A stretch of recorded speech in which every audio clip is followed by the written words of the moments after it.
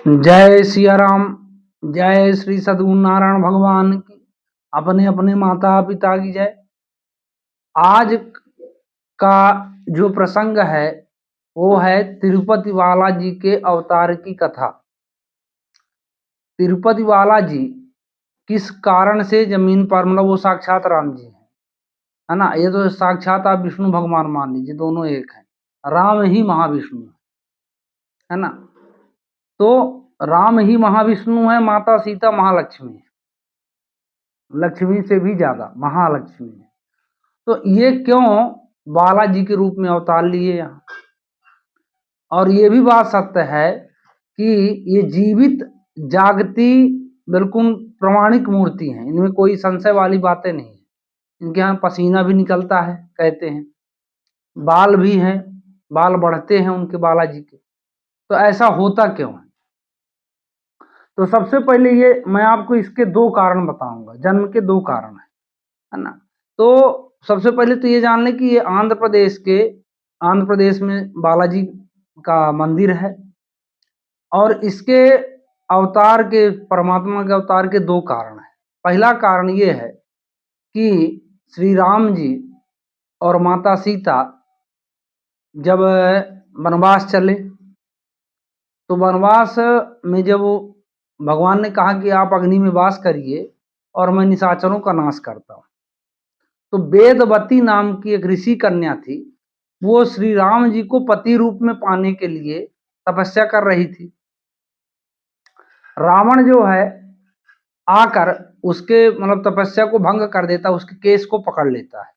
तो उसके जब बालों को पकड़ता है तो वो हाथ, इतना तपोनिष्ठ थी वो कि हाथ मार देती है तो बाल तो कट जाते हैं, छूट जाता है, लेकिन उसको बड़ा घृणा पैदा होती है कि मेरी तपस्या भंग हो गई, और वह अपने आप को अग्नि में समाहित कर लेती है, भस्म हो जाती है। लेकिन कामना उसकी यही रहती है कि मैं राम जी को पति रूप में प्राप्त करूं। तो परमात्मा किसी भी, मतलब यहाँ मर्यादा पुरुषोत्तम है, एक नारी व्रतधारी है, लेकिन जब माता सीता को उन्होंने अग्नि में प्रवेश किया तो यहाँ विद्वान पुरुष ये कहते हैं कि वही वेदवती माता सीता का प्रतिबिंब रूप लेके बाहर आई, और वही माता सीता जो है राम जी के साथ रही। अब देखिए इसके दो कारण हैं। जब परीक्षा आप जब लंका से माता सीता वापस लौटी है ना, तो अग्नि परीक्षा लेने के दो कारण हैं। एक तो वेदवती का रोल खत्म हो चुका था है ना, अब उसको उसमें जाना था अग्नि में, और माता सीता को वापस आना था है ना। तो ये कारण से परीक्षा उन्होंने ली। तो पहला होता, मतलब पहला ये हुआ, अब वेदवती जब पैदा हो, मतलब हो गया वापस आ गई जब माता सीता, तो वेदवती ने कहा कि हे प्रभु, मैं आपको पति रूप में ही चाहती हूँ। तो उन्होंने कहा कि तुम चिंता मत करो, अगला ये जन्म तो संभव नहीं है, क्योंकि इस जन्म में मैं एक नारी व्रतधारी हूँ। अगले जन्म में तुम आकाश राज नाम की राम नाम का राजा होगा, उसकी कन्या के रूप में तुम्हारा जन्म होगा, और तुम्हारा नाम होगा पद्मावती। और पद्मावती मैं तुमसे फिर वहां, मैं भी दूसरे अवतार में हूँगा है ना। तो श्रीनिवास भगवान का मतलब अवतार होगा मेरा, और वहां मैं तुमको पत्नी रूप में ग्रहण करूंगा। हो गया। अब चली गई, मतलब अंतर्ध्यान हो गई। अब वो यही होता है कि वो आकाश राजा के यहाँ वो जो है पद्मावती रूप में वो जो है विराजमान, मतलब अवतार होता है। और फिर इसके बाद तो यहाँ से एक पहला काम तो ये हुआ।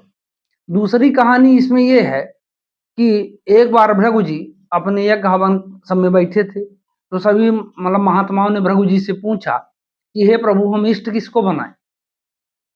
भृगु ने कहा हाँ सही बात है भाई, ब्रह्मा भी बराबर है, विष्णु भी है, और क्या नाम से शंकर जी, तो तीनों की परीक्षा ली जाए।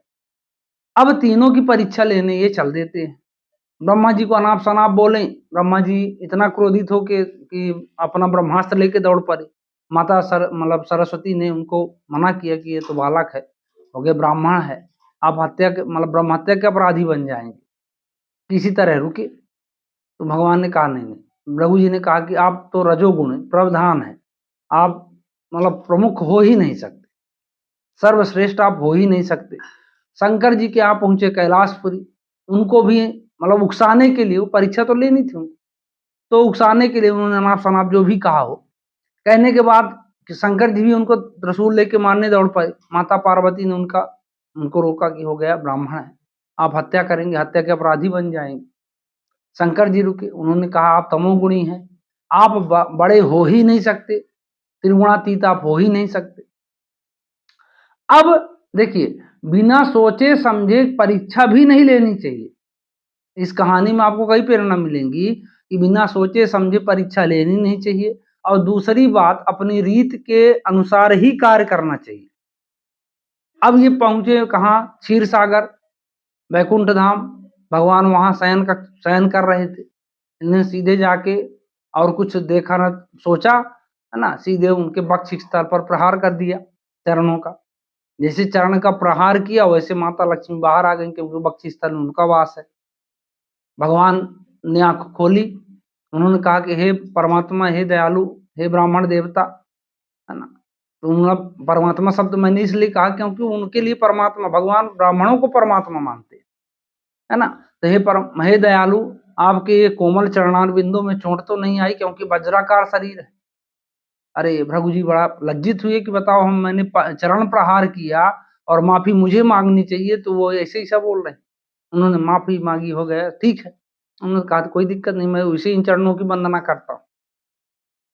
लेकिन माता लक्ष्मी को बुरा लगा, बोले कि मेरा स्थान कोई तो फिक्स होना चाहिए। अभी आप कहते थे कि वक्ष स्थल में आप मेरे, मतलब वक्ष स्थल में आपका वास है, और यहाँ ब्राह्मण का चरण हो गया, तो आप मुझे कतई नहीं मानते, सबसे ज्यादा आप ब्राह्मणों को मानते हैं। और इस बात पर वो गुस्सा होकर महाराष्ट्र के कोल्हापुर नामक स्थान पर चली जाती हैं तपस्या करने के लिए।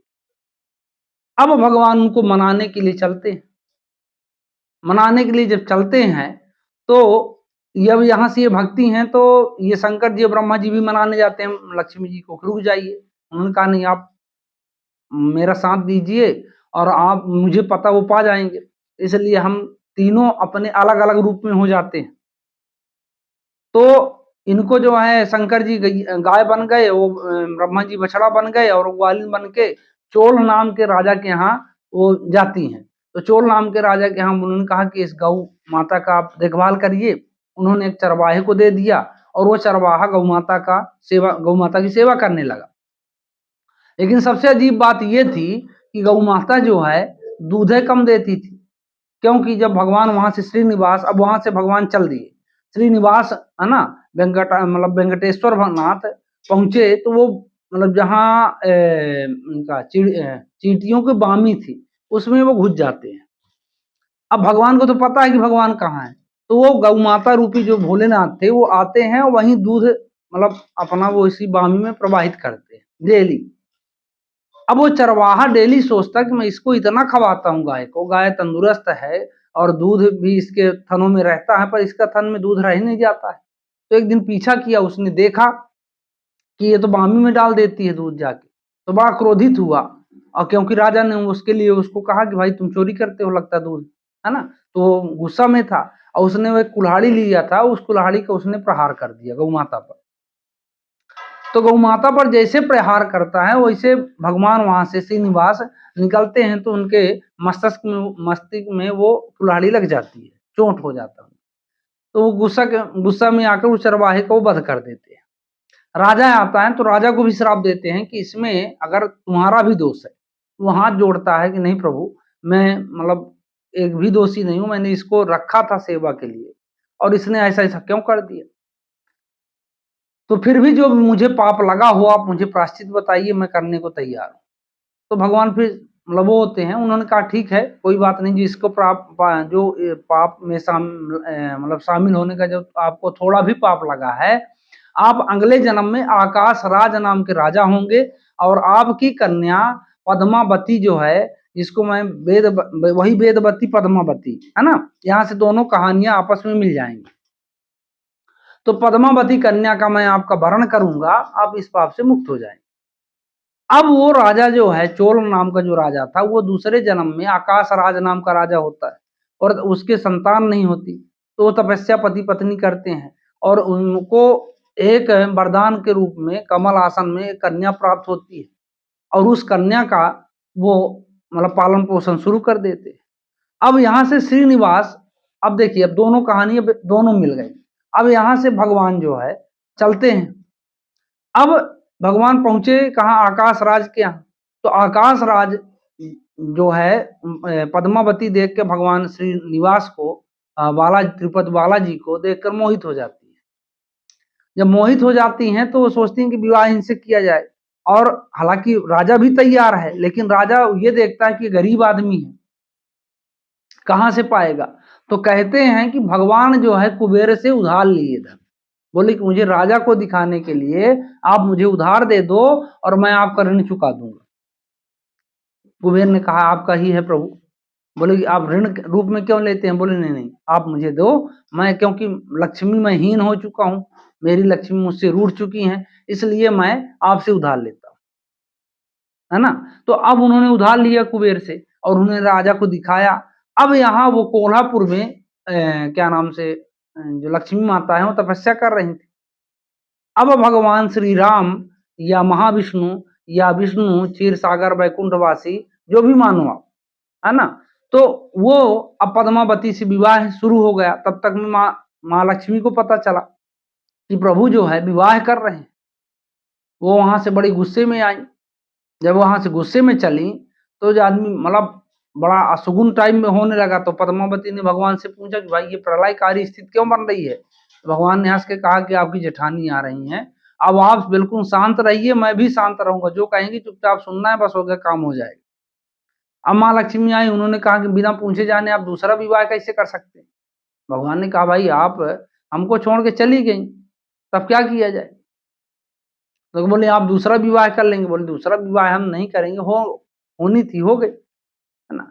इतना कहने के बाद वो उसको तो वाम भाग में उनका विवाह हो गया था, पद्मावती के स्थान दे चुके थे, है ना। और माता लक्ष्मी को वो फिर से पुणे बक्ष स्थल पे अपने वास कराते हैं। और ये भी कहा जाता है कि उन्होंने कहा कि भाई ठीक है, आप थोड़ा गुस्सा हुई और व्यर्थ में गुस्सा हुई, क्योंकि विप्रों की सेवा करना तो हमारा धर्म है ना। विप्रधेन सुर संत हित लीन मनुज अवतार, है ना, इनका अवतार ही होता है।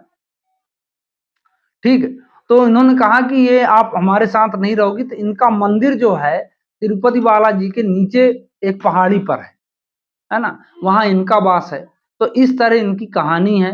और तिरुपति बालाजी जो है साक्षात राम जी हैं और मतलब बिल्कुल जीवित मूर्ति है। इनमें आप कान लगा के सुनो तो समुद्र की ध्वनि सुनाई देती है मूर्ति में, है ना। लोग बागे मतलब विद्वानों का मत ये है कि क्षीर सागर की आवाज है, समुद्र रोक नहीं पाता, क्षीर सागर अपने आप को रोक नहीं पाता प्रभु के पास आने, इसलिए कलकल की ध्वनि सुनाई देती है तिरुपति बालाजी में। और उसी कुबेर का कर्जा उतारने के लिए भगवान के ऊपर इतनी चढ़ोतरी आती है तो वो कर्जा भर रहे हैं, है ना। कर्ज उनका चल रहा है और कुबेर जी को डेली कर्ज भरने के लिए इतना धन संपत्ति वहां आती है। तो इस तरह है तिरुपति बालाजी का इतिहास, है ना। और तिरुपति बालाजी हो गए, श्री जगन्नाथ जी स्वामी हो गए, ये सब बिल्कुल मतलब प्रत्यक्ष भगवान है। तो मैं तो यही कहूंगा कि आप इस भ्रम, बहुत तो इस भ्रम में जी रहे हैं कि भगवान है कि नहीं है। अरे मृत्यु सत्य है, तो हमको कहीं ना कहीं तो जाना है ना। तो जब जाना है तो कोई ना कोई तो होगा इस दुनिया से हट के जहां जाना है ना। तो उसकी आप बिल्कुल तपस्या करिए। तपस्या मतलब क्या, नाम लीजिए, सीताराम सीताराम सीताराम, भाव भाय उभाय अनख आलसहूं, नाम जपत मंगल दी दसहूं। आप नाम लेंगे 100% आपको बिल्कुल लाभ होगा और भगवान की भक्ति नाम से ही प्राप्त हो जाएगी, है ना। सीधे बना है कि कलयुग केवल कीर्तना, कलयुग में मात्र कीर्तन है, सीताराम सीताराम, बाकी कुछ ही नहीं है। सब रिद्धि सिद्धि जितने भी एक एक से अगणित महात्मा हुए कलयुग में, श्री करपात्री महाराज, एक एक देवराहा बाबा, एक एक से परम सिद्ध, जिन्होंने मात्र नाम का सहारा लिया। चलिए हम मान लेते कि हमारे में क्वालिटी नहीं है, पर नाम तो वही है जिसको हनुमान जी जपते हैं, जिसको विभीषण जपते हैं, तो वो तो अपना प्रभाव दिखाएगा। चलिए मान लीजिए हम कमी है, मानना क्या है कमी, लेकिन वो तो परम पवित्र नाम है। सीताराम सीताराम कहिए और अपने जीवन को सफल बनाइए। जय सीताराम।